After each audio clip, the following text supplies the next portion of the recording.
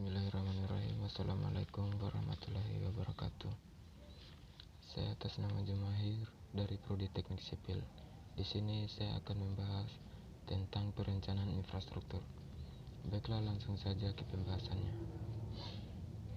Infrastruktur yaitu sebuah prasarana yang sangat penting dan mempunyai karakteristik sosial dan karakteristik ekonomi. Di dalam infrastruktur ini juga mempunyai peran yang sangat penting, baik dari segi ekonomi, sosial, fisik, maupun lingkungan. Proses perencanaan infrastruktur merupakan suatu proses yang sangat kompleks, yang terdiri dari perkiraan kebutuhan, identifikasi sediaan, keseimbangan permintaan dan sediaan, pemilihan sistem, desain, dan kelembagaan. Komponen penting lainnya dalam sistem infrastruktur ini harus dilakukan secara baik, seperti kemacetan lalu lintas dalam kasus infrastruktur transportasi. Ini terjadi karena tidak seimbangnya dalam kebutuhan dan sediaan infrastruktur, sehingga menyebabkan kemacetan dalam lalu lintas. Kemudian, di dalam kebutuhan dan ketersediaan infrastruktur wilayah,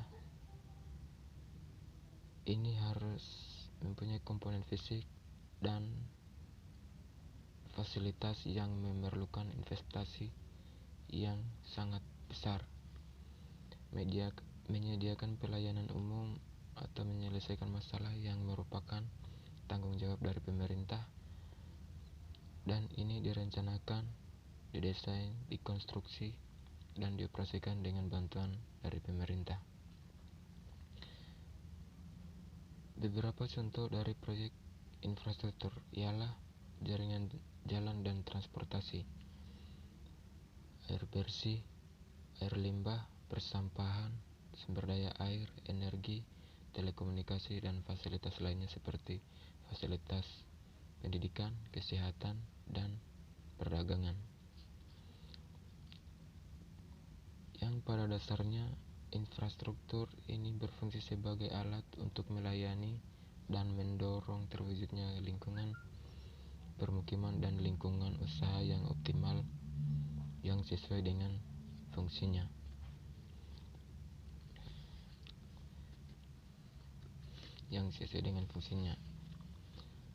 Sistem ini juga didefinisikan sebagai sistem pendukung utama terhadap fungsi-fungsi sistem sosial dan sistem ekonomi dalam masyarakat.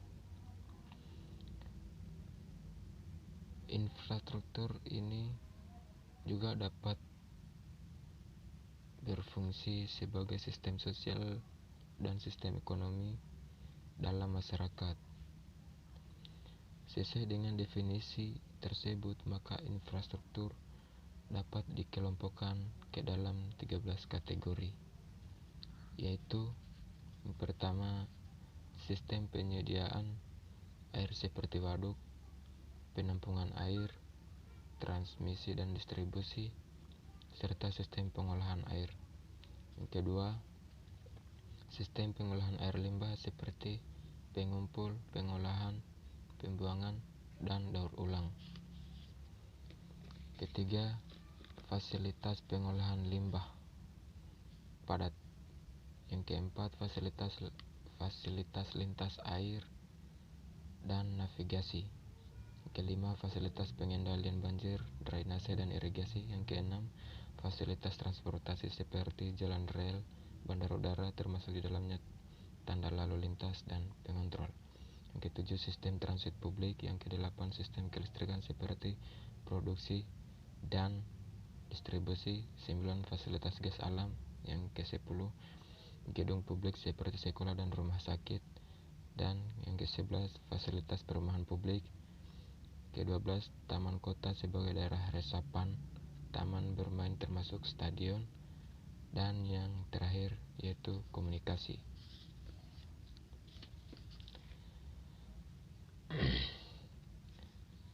Baiklah, mungkin ini saja yang dapat saya jelaskan.